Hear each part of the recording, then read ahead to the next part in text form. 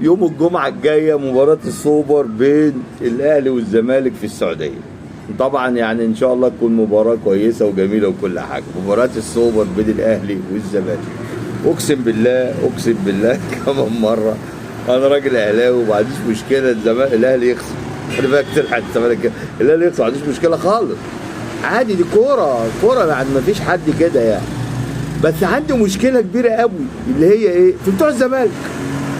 الزملكاويه لو كسبوا احنا مش هنقعد في مصر احنا مش هنقعد، احنا هنعسل يا مؤمن. دول بيكسبوا بلديه المحله بيصدعونا، بيكسبوا ديكيرنس بيطلعوا عين ابونا.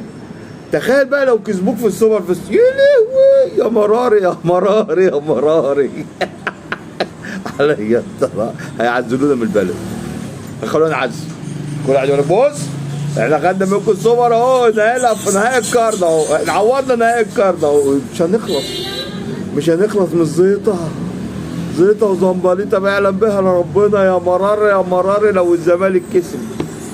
وده انا بقول يا جماعه احنا رايحين نلعب في بلد غريبه، وخلي روحنا رياضيه، وان شاء الله نبارك للي هيكسب، ونقول هارد لك للزملكاويه اخواتنا، ويرجعوا بألف سلامة مغلوبين متكيفين، عشان انتوا يابا محرومين وهتكرهونا في عيشتنا لو كسبت.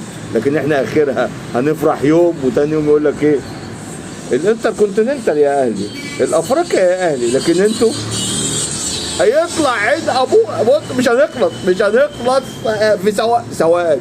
الزملكاويه لو كسبوا سواد، قابل سواد، حرمان وحش، حرمان.